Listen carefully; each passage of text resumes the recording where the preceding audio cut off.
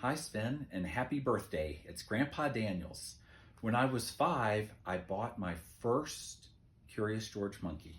And so here I have a Curious George monkey, and I'm going to pretend that this Curious George monkey is you, that you're sitting here on my lap in my study, and that I'm going to read one of my favorite books, Where the Wild Things Are. And I'm reading this to you for your birthday celebration. Where the Wild Things Are. I'm hoping that as I read it to you, you can follow along and read with me in your book. And we're going to have to read fast because this is going on the internet for you.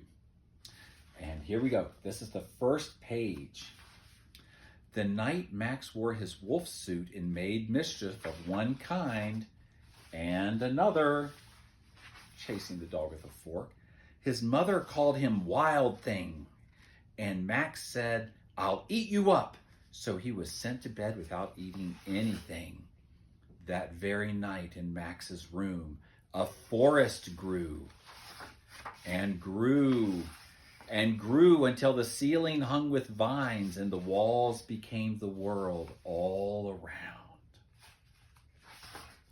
And an ocean tumbled by with a private boat for Max, and he sailed off through the night and day and in and out of weeks and almost over a year to where the wild things are. See that? Where the wild things are. And when he came to the place where the wild things are, they roared their terrible roars and gnashed their terrible teeth and rolled their terrible eyes and showed their terrible claws, till Max said, "Be still," and tamed them with the magic trick of staring into all their yellow eyes without blinking once. And they were frightened and called him the most wild thing of all. Well, and made him king of all wild things. And now, cried Max, "Let the wild rumpus begin." And the wild rumpus did begin. Oh, they're swinging from the trees. They're dancing and parading. And "Now stop," Max said, and sent the wild things off to bed without their supper. And Max, the king of all wild things, was lonely and wanted to be where someone loved him best of all. Then all around, from far away across the world, he smelled good things to eat. So he gave up being the king of where the wild things are. But the wild things cried, "Oh, please don't go. We'll eat you up. We love you so." And Max said no.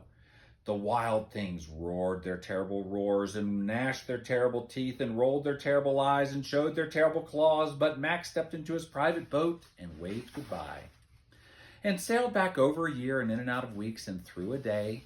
I love how his eyes are closed as he's focusing. And into the night of his very own room, where he found his supper waiting for him. Oh, see that, Curious George? His supper is waiting for him. And it was still hot. Who do you think left that supper for him? I think it was his mom, because she loves him, even though he had been a little wild. Happy birthday, Sven. Love you a lot, grandson. Talk to you soon. Bye-bye.